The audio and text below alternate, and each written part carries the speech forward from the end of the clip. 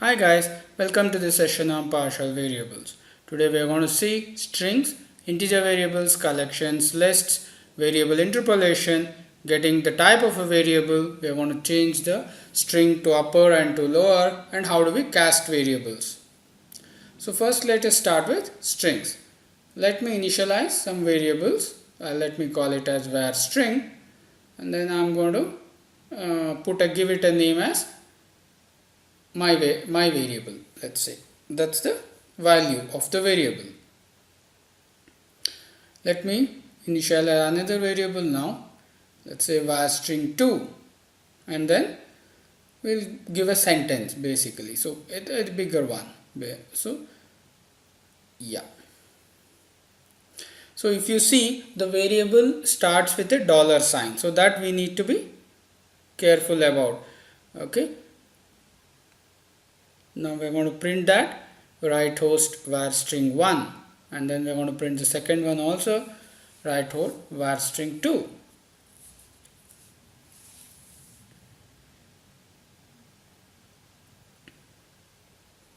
So we see the variables are getting printed now.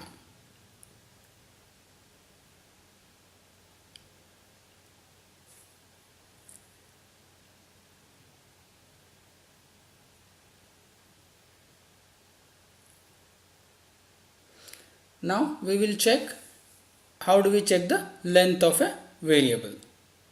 Okay, so there is a function called length, so we can use that function and it's going to print the length of the variable, dot length. So similarly for the second one as well.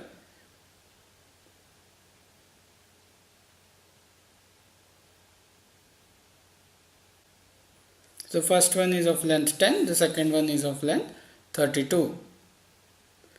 So if you count, it would have included the space also as a character. So it is 32. Now we will look at the integer variables. So let's create two variables, varint 1, and then assign it to a number. See, the difference is here you don't give it in brackets. If you give it in brackets, even the 100,000 that we have given will be considered as a string. If it has to be considered as an int, it has to be given directly without quotes. So now it is printing the integer. Now let's see whether we have a length operation for the integer. No, it doesn't.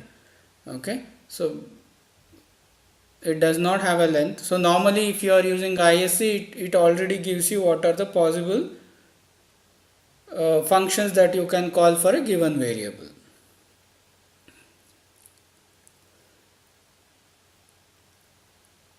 So let's see what is the available basically properties for an integer variable and a string variable. So let's see for a string. So I have given a string variable and see what are the members. If you see, you will see these are all the ones which are possible. Okay, you can use var string dot equals, okay, or var string, yeah. So length is there. So same thing if I check for a integer variable, you will not have that length property basically. So yeah, so let's give it with varint 1. So if I run that, you would actually see, so it is an int 32, it is giving the type, and if you see, there will not be any length. So only these many are available. So there is no length function that you can run on integer. So this is a way you can find out what operations can be performed using these methods for a given variable. If it's a int, these methods can be called. If it's a string, what are the methods that you can call? Okay, you can remember that command get member input object and then the variable name. So anything, if it's a int, it will give int. If it's a string, it will give string. If it's a collection, it will give for collection. So basically collections are kind of arrays. Okay, but they have more properties than arrays, or you can call them something similar to a dictionary. okay, where there is a key and it can have multiple values. So for now I am going to run a command direct dir, which is basically it is going to list the contents, okay, and I will try to assign it to a variable, okay, and see what is the output.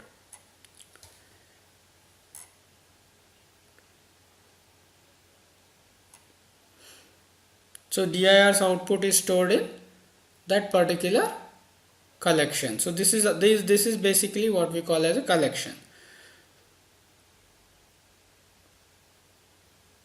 Now we will see a list.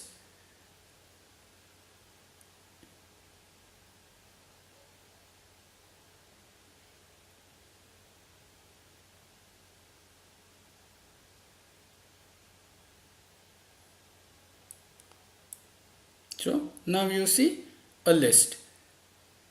Okay, I have defined a list ABC. It's going to print that list.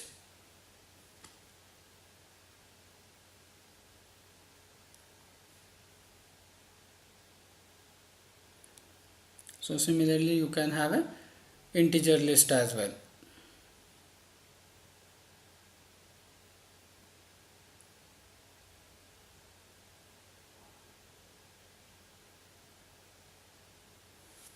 So that is your list of integers.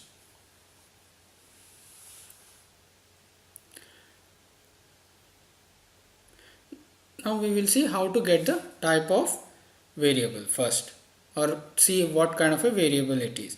So we can say variable dot get type.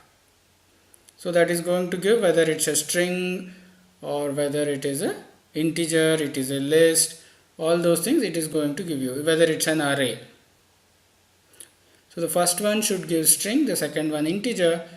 Okay, the collections will be shown as an array as well as the list.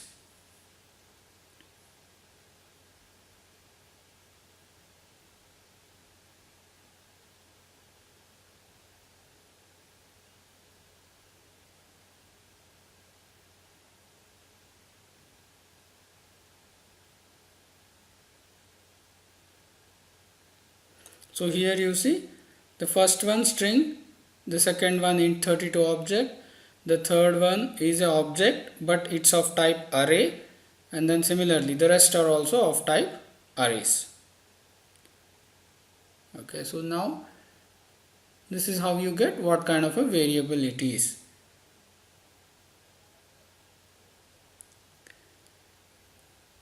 So even though var collections is in a different gives it's a collection, but internally it is stored as an array. It shows it is still an array.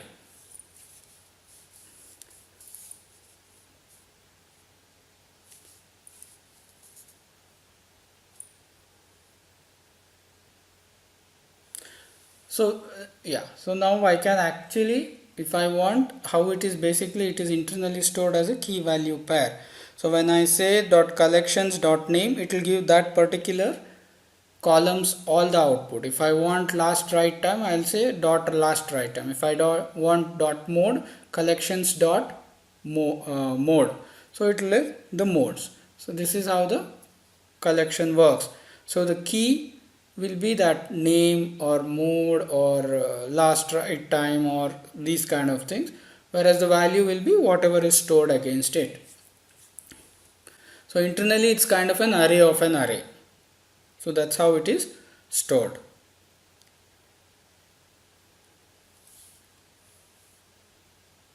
So this is very helpful when you practically use it. When you are programming, let's say, or when you are writing automations and these kind of things, let's say to clean up a file system or whatever it is. So when you use this, it is easier to store the result in the collection, pull out whatever you want, and then basically have a condition on that and so on and so forth.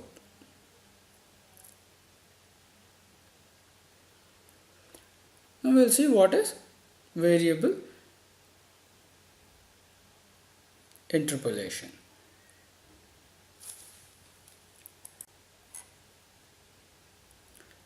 Okay, now I have printed the var collection object.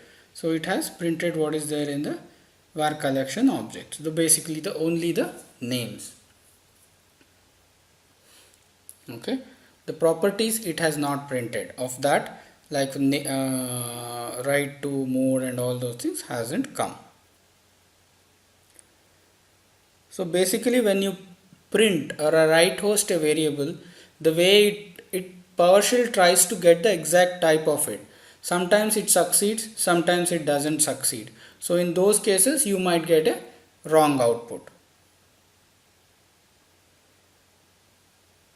So for example, now I will show you write host. So I am saying string is length of $string1 dot length. But ideally when you see what is the output, it doesn't consider that dot length part. It considers it to be a text. So it just prints my variable dot length instead of printing the length. So for that we have to do a variable interpolation where we are going to put dollar of the thing. So we are going to put it in a bracket so that the write host function properly understands what we are passing and then basically prints the output what we need.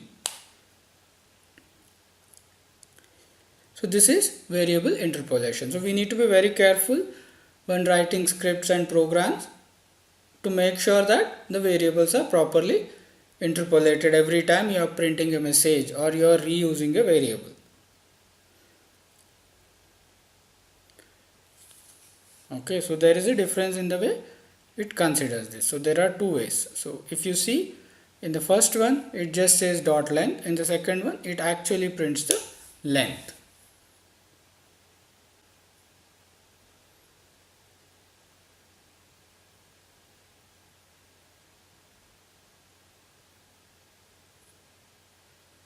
Yeah, so this is something you need to also consider. So when you have a defined a variable var string, so var string dot length will be the number of characters.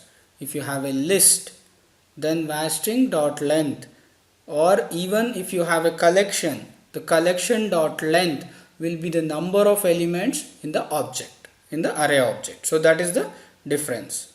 So here if you see it is saying 23 is the length, which means it has 23 directories or files in that particular file system or the particular directory.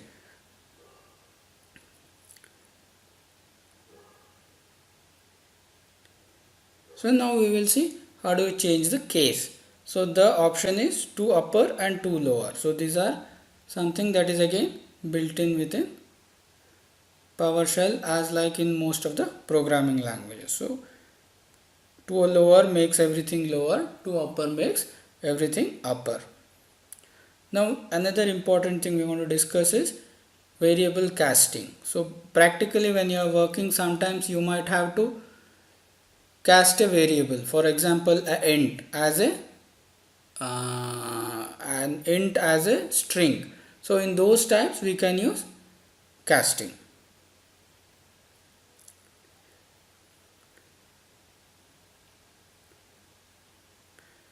Okay, so what here happens is, okay, so now let's see, there is already a function method available to char.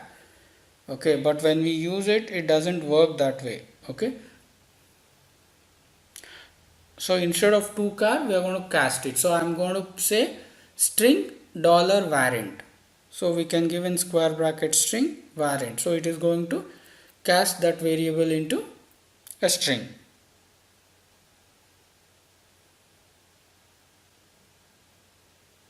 So this is again it. So here we have not done variable interpolation. So we have to give it in brackets.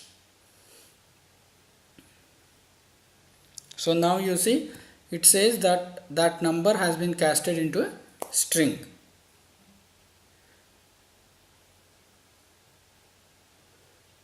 Now this is how casting works. So this is about variables.